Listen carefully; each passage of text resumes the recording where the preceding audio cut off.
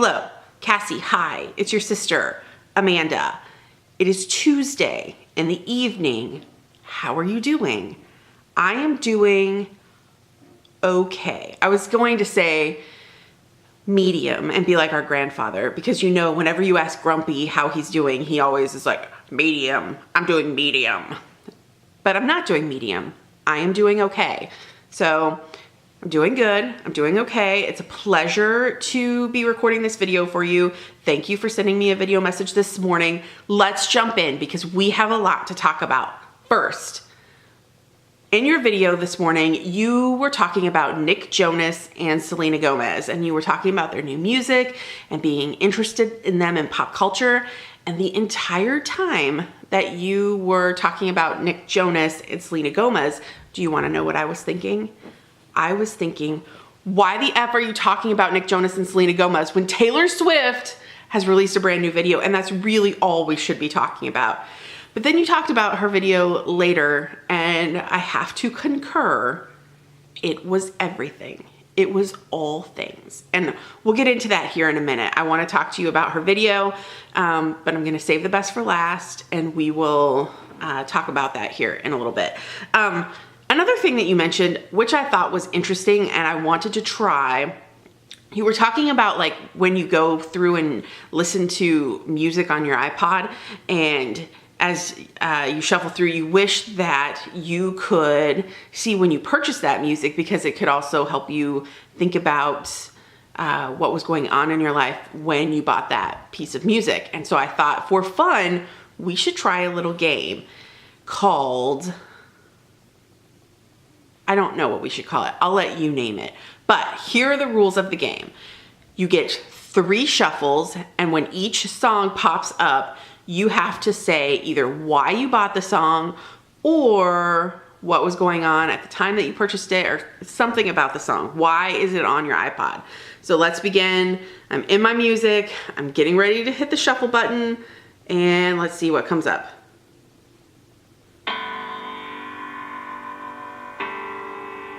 Let's see.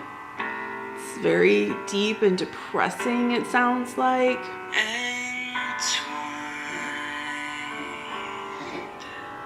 Can you see it? Basically, it's a song by Jason Reeves. I would imagine that I bought this album during the time that I was living in Springfield, Missouri. Amanda McDermott and I were super best friends, and she introduced me to Colby Calais. And Colby Calais did a lot of music with Jason Reeves, and I liked his voice, bought the song. Moving on, next. Do you know what this is?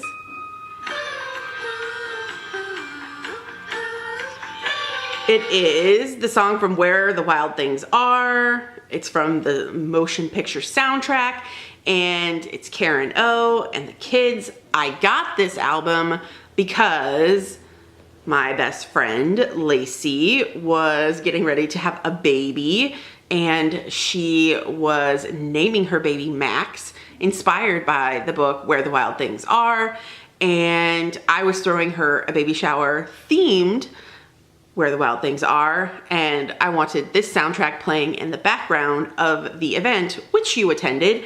That is why I have this song. Next. Do you hear this? I love this song. Just let it happen for a minute. Tell me something, little bird. Sing a song for me.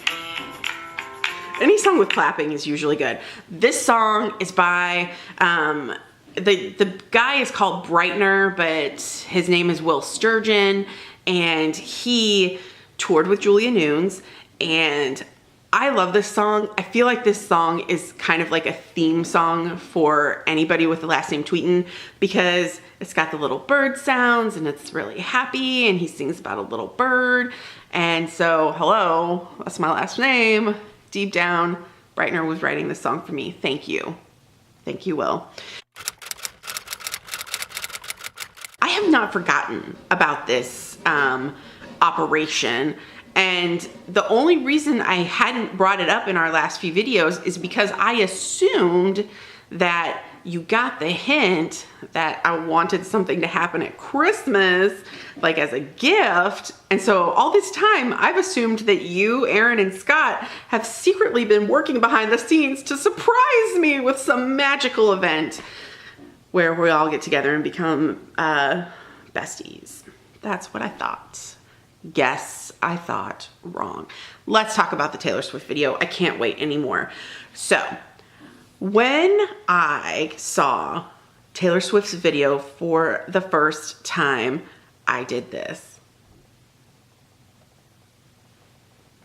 I was doing it at work. I had my little headset in. Nobody knew I was watching it. I was just like, oh my God, oh my God. And it was like I was keeping it all inside because I didn't want anyone else to know that I wasn't working when I was supposed to be working. So I'm silently, like, gleefully bubbling on the inside. And then the next thing that I do is I stand up because all this stuff is going on in the office. I stand up and I walk to Linda and I say, follow me. That's all I say. I say, follow me. And I say nothing else. I sit her down in one of our little workrooms and I give her the other piece of my headset and I say, listen to this. And then we watch the video and she says nothing either. There are moments where she kind of gasps because that's what you do when you watch this video. And then when it was over, we walked back out to the public area and I proceeded to word vomit absolutely everything that happened in this video to anyone that would listen. We walked across the street to get lunch, maybe 5 or 10 minutes after I watched the video. I played it again for the people in our little like lunch shop where we go buy lunch. I played it for them. I proceeded to word vomit to them all of the reasons why they should love this video. Here is what I have to say. There are fucking horses in the bedroom. Horses are in the fucking bedroom. Like, epic video right here. So you'll note that throughout the entire video, of course, her outfits are fabulous. I think she has like 20 different outfit changes, maybe even more than that. But this is one of those epic moments. Notice the Dobermans and the man wearing the cape. Who came up with this? I love them. The look on the man's face right here at this portion of the video where he's kind of thinking to himself, what the fuck have I gotten myself into? Did you see that look? Did you see that look? It is all about to begin. That look. That look is crazy. She's going to go crazy. Oh, and no. Cause darling, I'm a nightmare dressed like a daydream. Really? Really, that just happened. And then, what the heck is happening here? This is a fucking deer.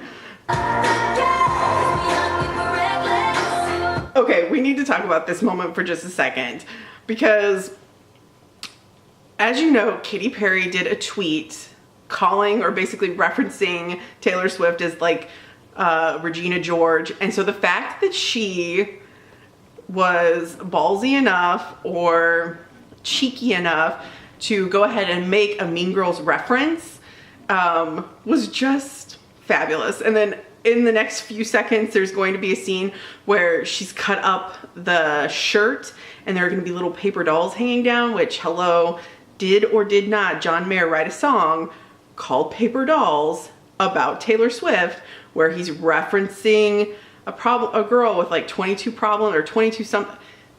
That song was totally about Taylor Swift.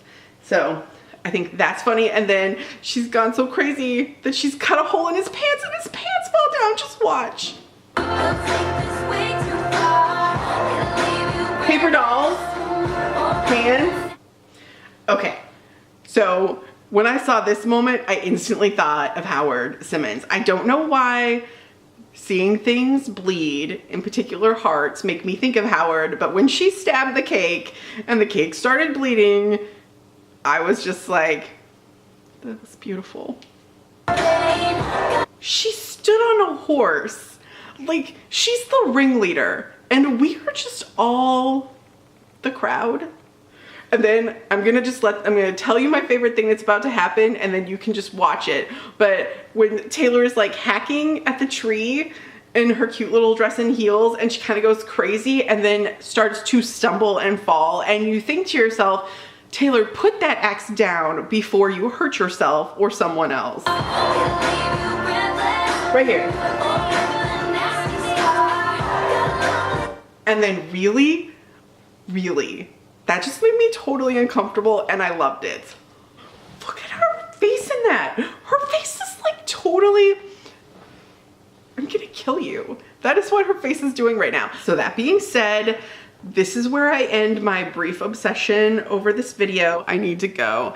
I have The Voice to watch. I have a responsibility to vote here. So, just consider yourself lucky that I'm not doing a play-by-play of The Voice for you, because that could happen. That could happen. I love you. Have a good night. Mwah!